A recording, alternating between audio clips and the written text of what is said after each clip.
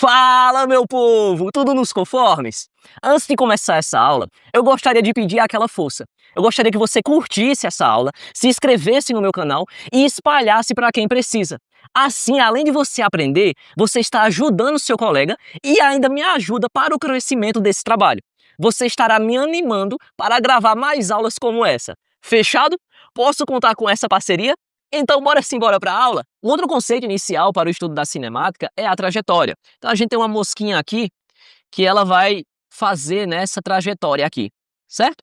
Primeira coisa que a gente pergunta, o que é trajetória? Trajetória é a sucessão de posições, ou seja, de pontos, ocupadas pelo móvel durante o movimento, tá? Então, veja aqui, ó, por isso que ele colocou aqui em pequenos pontinhos. Veja que aqui, ó, o pontinho que a mosquinha foi ocupando, né? Durante o espaço, durante o movimento, né? As posições que ela foi ocupando durante o movimento. Então, isso aqui é a nossa trajetória, certo? Então, a forma da trajetória depende do referencial, é a pergunta que ele faz. E aí, a trajetória, a gente viu lá que para que algo esteja em repouso ou em movimento, vai depender do quê? Do referencial. Pergunta, a trajetória também depende do referencial? Vamos ver mais um exemplo. Então, aqui a gente tem a forma da trajetória e a gente vai ver se a forma da trajetória depende do referencial. Então, a gente tem aqui ó, um avião e esse avião ele vai soltar um míssil, beleza? E aí, ó, veja que aqui a parte A, a gente tá pegando aqui, né, o início em que ele vai começar a soltar esse míssil, aqui dessa árvore, né, e aqui tá chamando de A. E aqui a gente vai tomar como ponto de vista, como referencial, um casal que está aqui, certo? Sentado aqui, está aqui no solo e está observando esse avião soltando esse míssil. Então o avião, ó, ele vai soltando o míssil até atingir aqui, né, a nossa árvore B.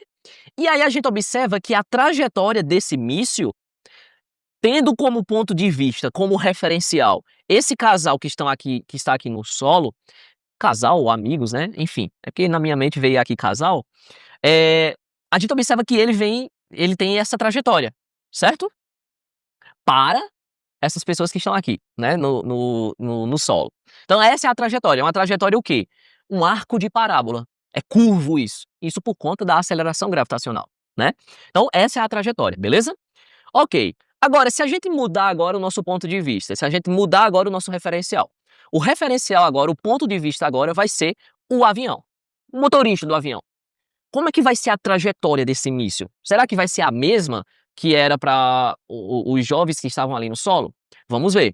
Então a gente vem aqui, ó, o nosso avião, ele vai soltar um míssil a partir da árvore A, a partir do mesmo ponto da onde ele lançou anteriormente. Então ele vai lançando, e olha que interessante, ó, quando o ponto de vista, quando o referencial é o próprio avião, o motorista que está ali dirigindo ele, né, que ele está no avião, a gente observa que a trajetória, o que o motorista vai ver, é sempre um míssil abaixo dele. É uma trajetória, é um segmento de reta, certo? Vertical, não é mais curvo. Então, qual é a conclusão que a gente chega? Peraí, antes da gente chegar à conclusão, né, ele traz aqui um exemplo, onde a gente observa, né, algumas pessoas podem já ter visto alguns mísseis sendo jogados e tendo esse formato aqui, né? A gente não tá vendo aqui como aqui atrás, ó, como a gente tá vendo aqui, ó, bem um atrás do outro e tendo um segmento de reta, né? Seria uma imagem aqui parecida com um segmento de reta, né? Aí você pode perguntar, eu já vi mísseis saindo dessa forma aqui. Mas aqui a gente tem que observar que as posições da onde os mísseis estão sendo jogados também vai interferir aí na posição deles, tá? Então aqui a gente observa que eles não estão bem organizadozinhos aqui e formando um segmento de reta por causa das posições aqui onde esses outros mísseis estavam, né? Eles estavam aqui nas asas, beleza? Só para a ponto de curiosidade, né? Caso você já tenha visto um vídeo em que os mísseis não saíram da forma como está aqui atrás, beleza? Ok, mas eles saindo de um mesmo local, eles vão ter, no caso aqui para o meu avião, tendo como ponto de vista o avião, eles vão ter, a trajetória deles vai ser um segmento de reta, beleza? Show de bola. Aí, ó, qual é a conclusão que a gente toma, né? Como eu ia falando anteriormente, que quando a gente tem o referencial sendo o solo, a gente vai ter a trajetória do míssil como sendo um arco de parábola, certo? Quando a gente tem aqui o referencial sendo o avião, a gente vai ver que é um segmento de reta. Show de bola, né, minha gente? Tranquilo? Então, a forma da trajetória depende do referencial, sim, tá? Então, um objeto está em repouso? Depende do referencial. Um objeto está em movimento? Depende do referencial. A trajetória de um objeto depende do referencial. certo? Depende do ponto de vista. Tem ponto de vista que o referencial vai ter uma trajetória. Em outro ponto de vista, o referencial vai ter outra trajetória. Então, são conceitos relativos. Show? Beleza. Um outro conceito inicial muito importante para o nosso estudo da cinemática é o sistema de referência, tá? Então, o que é um sistema de referência? É um sistema de coordenadas que permite localizar um móvel em qualquer instante. E aqui, pessoal, a gente vai analisar aqui, né, um objeto, um corpo, e a gente vai analisar ele até em 3 dimensões. Mas, nos nossos estudos da cinemática, boa parte das questões vão considerar apenas movimentos unidimensionais em uma única dimensão, beleza? Mas a gente vai analisar aqui em 1 dimensão, 2 dimensões e em 3 dimensões, tá? Então vamos lá, quando eu pego essa bolinha aqui e eu quero analisar, né, a posição dessa bolinha. Então a gente observa que em 1 dimensão essa bolinha ela só pode se movimentar para a direita ou para a esquerda, tá? Ela não pode ir para o lado nem para cima, porque aí já são 2 ou 3 dimensões, né? E a gente vai ver também. Mas em 1 dimensão a bolinha só pode ir para frente ou para trás, para a direita ou para a esquerda, certo? E considerando aqui meu eixo X, eu vou analisar aqui, ó, a posição inicial dessa minha bolinha. Esse x0 aqui significa posição inicial, certo?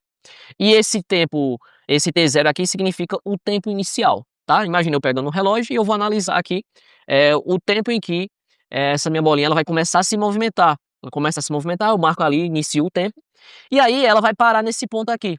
E aqui esse ponto eu vou chamar de x, e aqui nesse ponto aqui eu vou chamar também de t, né? Um tempo, marquei o relógio, né?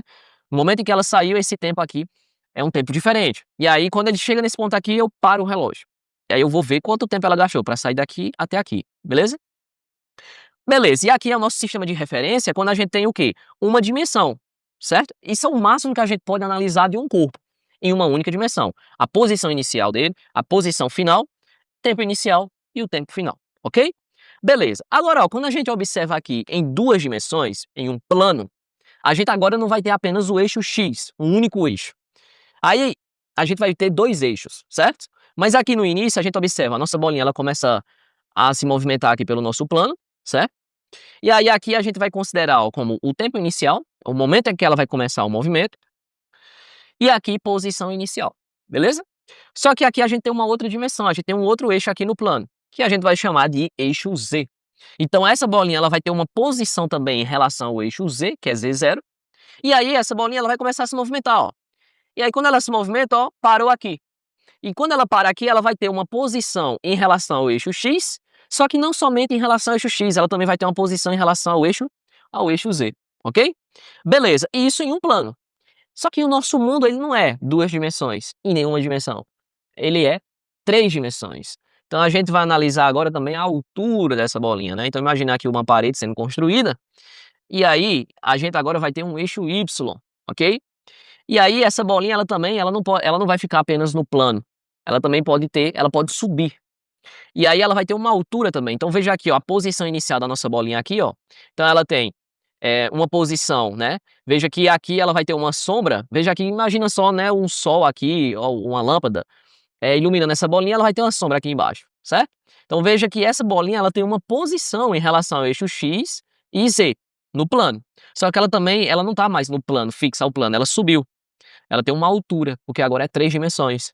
E aí a gente vai chamar isso aqui como y0, já que o nosso eixo y aqui é o eixo da altura, né? Então a posição inicial aqui vai ser y0.